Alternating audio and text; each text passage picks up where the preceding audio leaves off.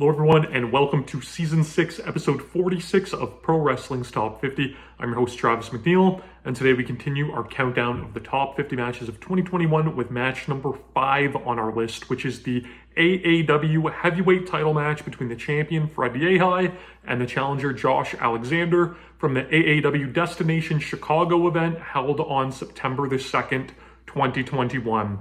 Season 1, the top 50 matches of 2020. Coming in at match number 5 was a 60-minute Fred Yehi match. Coincidence? I don't know. Season 6, top 50 matches of 2021. Coming in at number 5, a 60-minute Fred Yehi match. Just as luck should have it, that's how these things panned out. And it just goes to show what an incredible pro wrestler Fred Yehi is. And he's somebody that, especially since the demise of Evolve, really isn't on a lot of people's radars. He's really not a guy that you see popping up everywhere. He got the AAW, world title push during the pandemic. He's had success in Evolve. He's popped up in different places. He popped up in a Ring of Honor during the pandemic. So he's been around, but for whatever reason, he never really sticks. And I don't know if that, has to do with himself and how much he's willing to travel, or, just promoters really missing the boat with him. But whatever the case may be, Fred Yehi has always felt like this kind of like low-key, underground, like best wrestler in the world. And I remember, a few years ago, I went to a Childish Gambino concert. And I took the train to get there with my sister. And there was like a bunch of like kids, far younger than I am. My sister is younger, maybe closer to her age, maybe even a little bit younger than her. But they were sitting on the train and they were talking about like all of these rappers that I've never heard of. I'm very much, not involved with that scene. But they were using lingo like, oh yeah, I fuck with that person and I fuck with that person. And it just made me feel really, really old. But almost like that's kind of how Fred Yehi is. Like almost like you're talking about like these good wrestlers and you're like, oh yeah, I fuck with Fred Yehi. Like, it's so weird to me. But he's someone that doesn't get the notoriety. He is phenomenal. And what this match does such a good job at, and something that he does a good job in almost all of his matches with, is Fred Yehi is a very small guy. But in a match like this, he really plays the aggressor and he really plays the bully. But he's doing it against a guy in Josh Alexander that is a lot bigger than him. So it's amazing to me that they're still able to pull this off so seamlessly. And they do it with such a great strategy where, they spend a lot of time on the mat. So every wrestler is the same size when they're lying on the mat. They also, they use blood to tremendous effect here where, about halfway through this match, which, I've spoiled already, goes to a 60-minute time limit draw, Josh Alexander gets busted open, and, that adds that sympathy and that visual for him. And Fred Yehi is so good at working, every aspect of the body into the overall stories in his match. And that's something that I really took my time explaining in the match that he had with Jeremy Wyatt in 2020. But the big difference here is that match with Wyatt was a 60-minute Ironman match, so ultimately it has to go 60 minutes. And those matches can be very, very hard to pull off, but they did a tremendous job in that bout. One of the best 60-minute Ironman matches of all time, in my opinion. This one, although it goes to a 60-minute time limit draw, it doesn't have that same preset mindset of that it's going to go to the distance. And what ended up being, in my opinion, in hindsight, one of the most important matches of all of 2021 was the match between Lee Moriarty and Wheeler Yuta from Beyond Wrestling, which, coincidentally enough, I discussed earlier on in this countdown. And the reason for that is that match seems like it's going to be a 60-minute draw, and then it wraps up at 52 minutes. And, I've talked about this a lot, that 2021 was really the year of the long wrestling match. It was the year of the 60-minute match. It was the year of the Ironman match. We saw countless long draws and Ironmans, and I've talked about it. I really feel like it was all of these wrestlers that were, feeling trapped during the pandemic that, finally, as wrestling started to kind of move past that point, for better or for worse, we're really wanting to, put on display their abilities in the longest form that they had possible to do so. And that's what we got here. But a lot of times when a match goes to a time limit draw, it really sort of telegraphs it beforehand. And this match maybe does a little bit in a way, but at the same time, any 60-minute draw that I would see in the independents, at least in 2021, I would think back to that Yuta and Moriarty match from earlier in the year and be like, well, maybe they're going for that, right? They're going for this long-form title match that's going to wrap up. So all of these draws owe that match a ton of credit, be it indirectly or directly, just because for me, it allowed me to really, invest in the match and think that all of these false finishes throughout, could have been legitimate finishes. So the story here is very simple. This is Fred Yehi's first defense of the AAW heavyweight title. He had been, getting a push up through the pandemic. Like I said, he defeated Mance Warner in a steel cage match to win that title. First defense is against the very game Josh Alexander, considered by many to be one of the best wrestlers in the world, who was in the process of getting a big push, up to the Impact Wrestling heavyweight title that he would win from Christian at Bound for Glory a month or two after this match. Alexander is a two-time AAW champion, so has a lot of history in the company, so a very formidable first challenger for Yehi, and it seemed possible that they could run with a title change here.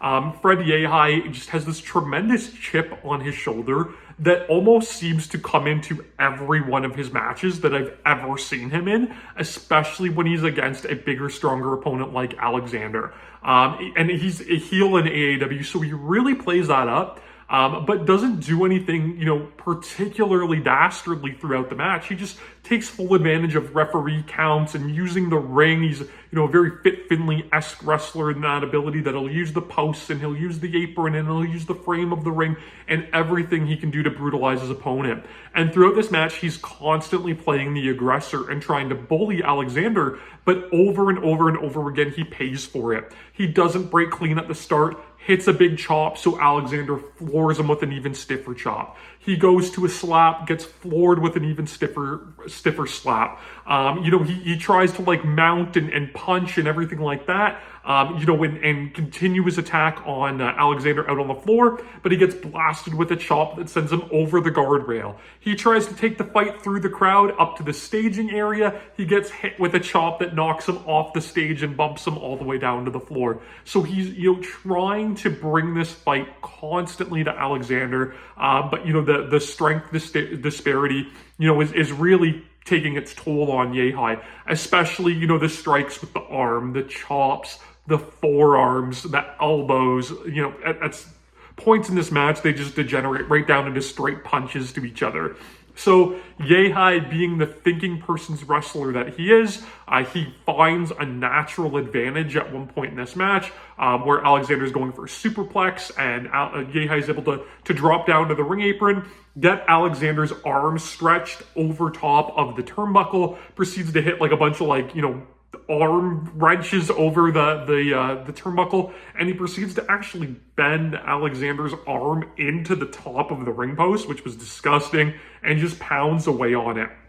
And he finds this natural advantage. And this is so smart for him because, one, it negates a lot of those heavy strikes that Alexander likes to throw. But two, so much of Alexander's offense involves that arm. He has the C4 spike, which is a double underhook pile driver. Kind of hard to hit that move when you can't perform an underhook. He does the ankle lock. Kind of hard to grab that if you have a bad arm. And it also sets up for a lot of Yehi's signature offense. He uses a crippler crossface, which again, hooks that arm involved. He hits a Koji clutch, which again, he'll normally pull the guy down in kind of a reverse SDO, which pulling down on that arm as he goes.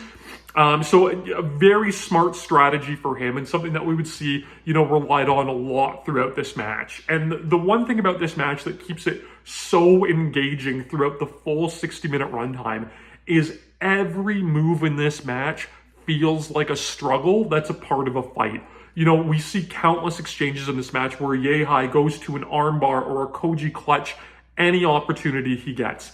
Alexander goes to the ankle any opportunity that he gets. But every time they try for these moves, the other is constantly trying to scrape and claw and fight their way out of it. And they really have to work through all of this resistance to get into the moves they need. And even with the transitions, and I talked about this, in Alexander's 60-minute Ironman match with TJP that, I discussed earlier in the countdown. And it's no coincidence that you see that in this match as well, where all of the transitions, they spend a lot of time not creating a ton of space, although, there would be points where Yehi would certainly try to do that to get some breathing room. But these guys feel connected through a lot of the match and struggle for everything that they need to do.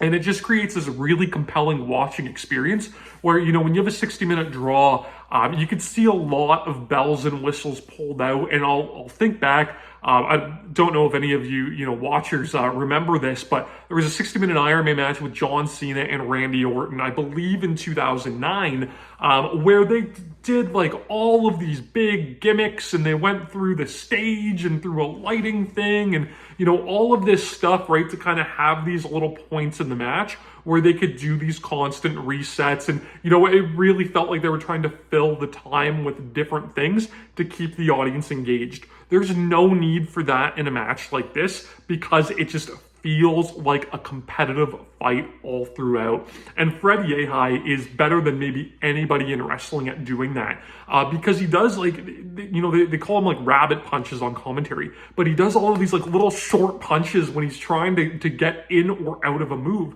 And he does that continuously through the match. And it's so much more to see that fight than somebody just grabbing a hold. And, super weird. I had no intentions on planning on referencing Randy Orton at all in this video, let alone twice. But that's something where a wrestler like Randy Orton, who can be overly reliant on chin locks in his match, very much that WWE Ohio Valley Wrestling style.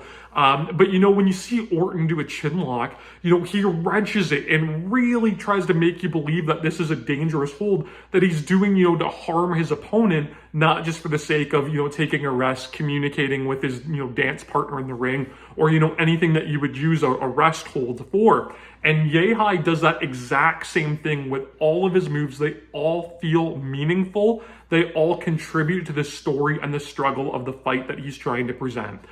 They do a lot of just really cool visual stuff in here. I've talked about the blood. I've talked about, the arm through the ring post. But a lot of stuff surrounding Josh Alexander's headgear. So Josh Alexander wears that, amateur wrestling style headgear. And throughout the match, Yehi is constantly at that headgear. He knocks it off Alexander's head at one point. Alexander, puts it back on. He needs it to protect the cauliflower ears. But Yehi uses that headgear to actually leverage himself into different holds, to take the advantage when Josh is in control. And it's all really, really smart. And it builds up to this great moment in the match where, Alexander in frustration takes the headgear off and, whips it at Yehi. And it goes twofold. It's this defiant thing of being like, you want to fight, let's fight. But it's also taking away this advantage that Yehi's had throughout the match. But at the same time, it's leaving Josh more exposed, for these strikes and these suplexes on the head to do significantly more damage. So just great, little visual things in here in these little moments that, they don't need to do any big elaborate spots through the stage or anything like that in that Cena and Orton match. They could just do these little things, just basically with their bodies, with their attire, whatever they need to do. This match has all of, the big moves that you would expect. They're used really well and paced, throughout the match. So we never really get a point in this match where we see this extended, like, near fall kick out sequence.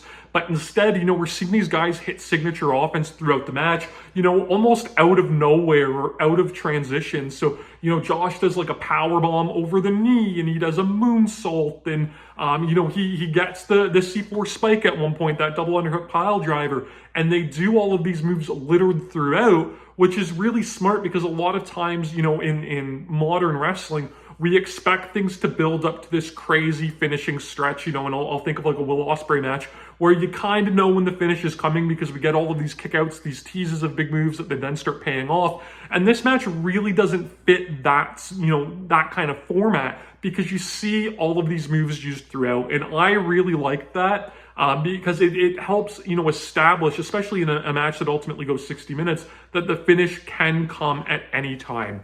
So many attempts here at the ankle lock and the Koji clutch and them trading in and out of it, using each other's holds at some point, just doing whatever they can to get an advantage. The work on Yehi's ankle is fantastic here because one of Yehi's signatures is, he does the stomp, basically like Randy Orton.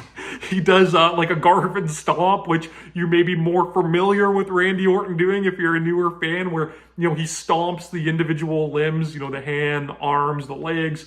So, that's a Yehi signature. We used to call it on Twitter back in the day, the catch point grape stomp. So, he does that, but there's a point where he's trying to do that to Josh, and he's got that bad ankle, so he jams up his ankle as he does it. And there's a point too where he hits like a double stomp off the apron to Josh's bad arm, but jams up his ankle landing on the floor, and it creates these natural opportunities for the momentum and the tide to shift in the match, just by using the bodywork story that they've created. And it's really, really good, really basic in its route, but really compelling physical wrestling, which is some of my absolute favorite pro wrestling that there is. The other thing that I love about this match is as they start to approach the 60-minute time limit, you get the time cues all throughout the match.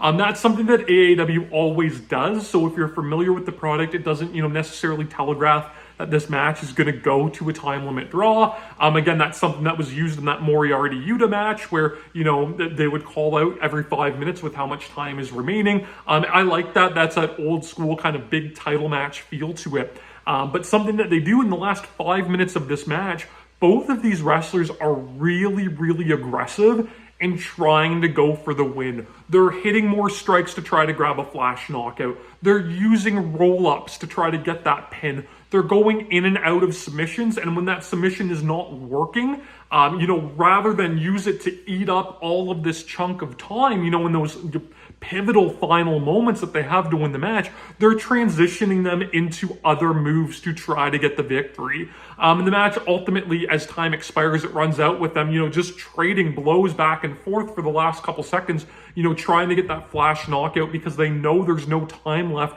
to try to hook a big move or another submission. So you just want to try to knock the guy out, and hopefully the referee calls it, in the final 15-20 seconds of the match.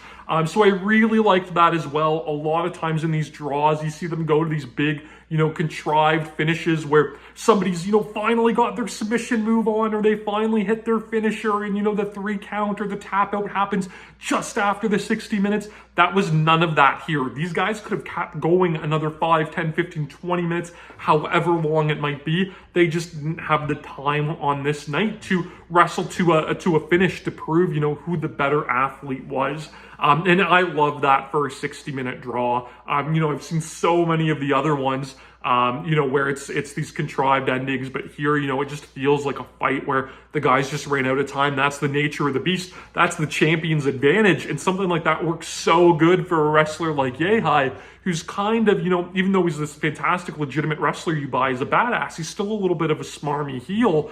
So, it works out great for him. He loses nothing in the loss. He didn't have to take a shortcut. But on that night, he couldn't be beat. To be the man, you got to beat the man, right? And Josh Alexander couldn't beat the man. So it gives, reason for Fred Yehi to hold on that title. Ultimately, I would have loved to have seen a rematch between these guys with a longer time limit and a decisive winner.